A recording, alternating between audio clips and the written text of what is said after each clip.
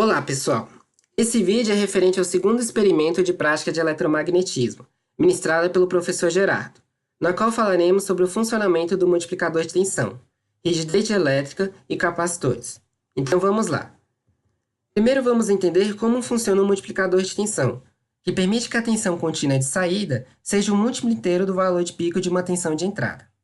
O circuito multiplicador de tensão é composto basicamente por componentes passivos como os diodos e os capacitores, sendo o diodo responsável por permitir a passagem da corrente elétrica em apenas um único sentido, e os capacitores responsáveis por armazenar a energia que será multiplicada.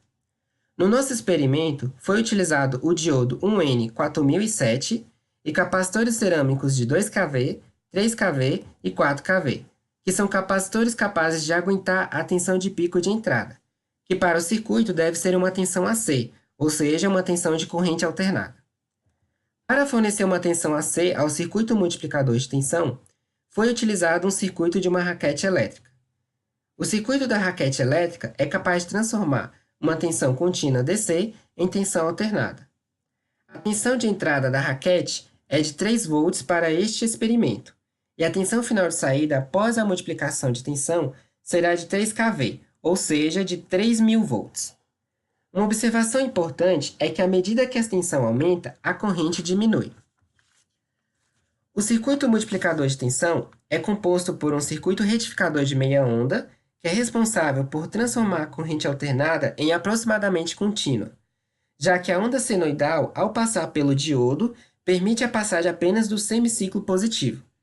E também é composto por um circuito grampeador, que desloca e aumenta a amplitude da onda de entrada, a cada célula multiplicadora de tensão do circuito. Em seguida, o multiplicador de tensão foi conectado a uma antena feita de fio de cobre e papel alumínio. A distância entre as pontas do fio de cobre deve ser de 1 milímetro, para que após o fornecimento de uma tensão de 3kV, a rigidez elétrica do ar seja rompida, acendendo uma lâmpada de neon a 15 centímetros de distância.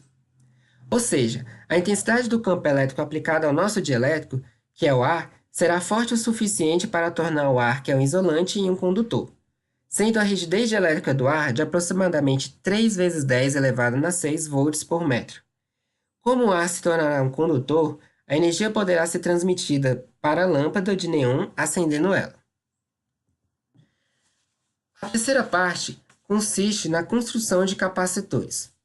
Os capacitores são um conjunto de condutores, um carregado positivamente e o outro carregado negativamente, separados por um isolante, que é o dielétrico, que será polarizado. E esses condutores são separados por uma distância d. Os capacitores possuem diversos formatos, como os capacitores esféricos e os capacitores cilíndricos. A capacitância de um capacitor é a sua capacidade de suportar cargas elétricas, e pode ser expressa pela seguinte relação. Capacitância é igual à carga elétrica de um dos condutores dividido pelo potencial elétrico. Por exemplo, o capacitor de placas paralelas é expressa pela seguinte relação quando o dielétrico é o vácuo, em que a capacitância é igual a ε0 vezes a área das placas dividido pela distância. Observando essa expressão, podemos ver que a capacitância depende da área e geometria das placas, depende da distância entre as placas e do meio em que ela se encontra. Tá gravando. Muito bom. 15 centímetros. Voltaje de saída, quanto será? Eu não vou medir, não. Tá bom. Pronto. Bem.